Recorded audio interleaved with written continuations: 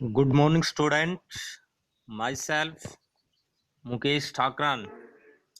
बेटा कल हमने स्टडी किया था ग्रेविटेशन के अंदर बोयांसी और बोयंट फोर्स के बारे में, और इसके बाद हमने स्टडी किया व्हाई ऑब्जेक्ट्स फ्लोट और sink when placed on the surface of water. कोई भी ऑब्जेक्ट अगर हम वाटर सरफेस पे रखें तो वो कब फ्लोट करता है और कब सिंक होता है, डूब जाता है। तो इसका हमने रिलेशन स्टडी किया था डेंसिटी से। ये डिपेंड करता है उस बॉडी की और जिस फ्लूइड में हम उस बॉडी को इमर्स्ड कर रहे हैं उसकी डेंसिटी पर। ये 3 पॉइंट्स हमने इसमें लिखे थे। If the density of object more than the density of water, object will sink in water. अगर ऑब्जेक्ट की डेंसिटी ज्यादा है वाटर से तो सिंक हो जाएगा, अगर ऑब्जेक्ट की डेंसिटी कम है तो वो फ्लोट करेगा, और दोनों की डेंसिटी अगर बराबर है तो वो इसके अंदर फ्लूइड के अंदर ही इनसाइड स्टेशनरी रहेगा। इसका हमने एग्जांपल लिया था। इसके क्वेश्चन है इसके ऊपर बेस्ड पेज नंबर 141 पर NCERT. Why it is difficult to hold a school bag having sharp having strap made of thin strong string। एक स्कूल बैग है जिसमें अगर जो स्ट्रिंग्स है, जो हमारे कैरी हैंडल है, जो उसको पकड़ने के लिए जो हम स्ट्रिंग्स यूज करते हैं बैग के अंदर, अगर वो बहुत ही थिन है तो उसको उठाना, उसको कैरी करना मुश्किल क्यों होता है। देखिए, it is because a thin strings, जो थिन स्ट्रिंग्स होती है, has small area and as pressure is inversely proportional to area. Pressure क्या होता है? Force upon area. So lesser is the area, greater will be the pressure. So it is difficult to hold. तो इसलिए हमारे जो hands हैं, soldiers हैं, उनके ऊपर लार्ज प्रेशर एक्सर्ट होता है। जितनी थिन स्ट्रिप्स होंगी उतना ही ज्यादा प्रेशर होगा। यही रीजन है कि जो बैग की जो स्ट्रिप्स होती हैं वो ठीक बनाई जाती, थी नहीं होती, कभी चौड़ी पट्टियां इसीलिए बनाई जाती। बैग को कैरी करने के लिए, पकड़ने के लिए जो पट्टियां बनी होती है वो कैसी होती है? चौड़ी होती है वो। तो ये इसी का साइंटिफिक रीजन है। दूसरा क्वेश्चन है इसी का, what do you mean by बोयंसी। ये हम ऑलरेडी डिफाइन कर चुके हैं। अपवार्ड ट्रस्ट होता है किसी भी बॉडी के ऊपर, जब हम उसको किसी फ्लूइड में इमर्स्ड करते हैं तो फ्लूइड के अंदर दोनों आ जाते हैं, लिक्विड या gases. Why does an object float और sink when placed on the surface of water.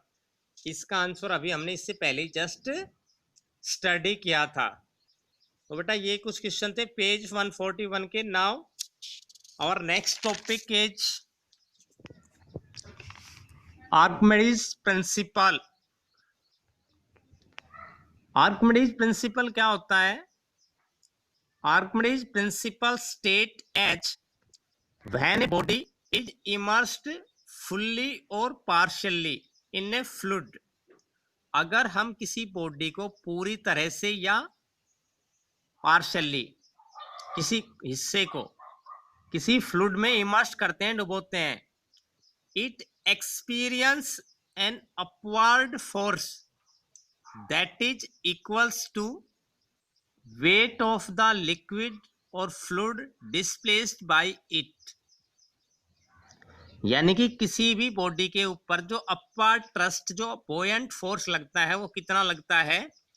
वो किसके इक्वल होता है? वेट ऑफ द लिक्विड और फ्लूइड डिस्प्लेस्ड बाय इट। कोई भी बॉडी जितना फ्लूइड अपने नीचे से डिस्प्लेस्ड करेगा उसी के बराबर इसके ऊपर अपवर्ड ट्रस्ट लगता है। ठीक है, तो ये है Archimedes principle. It have some important application in many field. बहुत सारे फिनोमिना है, ऑब्जर्वेशन जो आर्किमिडीज प्रिंसिपल के ऊपर बेस्ड हम करते हैं। जैसे फर्स्ट है, it is used in designing ship and submarine. जो शिप और सबमरीन की डिजाइन्स होती हैं वो डूबती नहीं है पानी में। इतने बड़े बड़े जहाज भी पानी पर तैरते हैं, जबकि एक पत्थर का छोटा सा टुकड़ा डूब जाता है।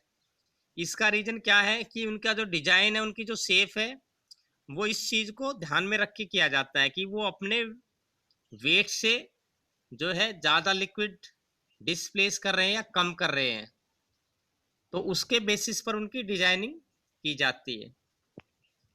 It is used in lactometers. Lactometers एक डिवाइस होता है जिससे हम जो मिल्क वगैरह है उसकी प्योरिटी डिटरमाइन करते हैं। ठीक है, दूध की प्योरिटी, दूध का कोई भी सैंपल हो उसमें कितनी प्योरिटी है, उसमें पानी वगैरह कितना मिला हुआ है। तो लैक्टोमीटर की जो डिजाइनिंग है वो भी इसी के ऊपर बेस्ड है। उसमें भी आर्किमिडीज प्रिंसिपल यूज होता है, क्योंकि उसकी डेंसिटी चेंज हो जाती है जिस तरह जैसे पानी हम उसमें मिक्स करेंगे। तो in hydrometer which is use to determine the density of liquid, liquid की डेंसिटी डिटरमाइन के लिए यूज होता है एक device hydrometer. It is also based on Archimedes principle. तो ये बेटा कुछ डिवाइसेज है जो आर्किमिडीज प्रिंसिपल के ऊपर वर्क करते हैं, ये इसकी एप्लीकेशंस है और ये आर्किमिडीज प्रिंसिपल हमारा आज का टॉपिक है। तो आप यहाँ तक इसको लर्न और राइट करें। प्रीवियस वर्क भी अपना रिवाइज करते रहे, चैप्टर ज़्यादा नहीं बचा है आपका, तो इसको आप कंप्लीट रखें ताकि जब इसकी एक्सरसाइज हो तो आपको कोई दिक्कत ना आए।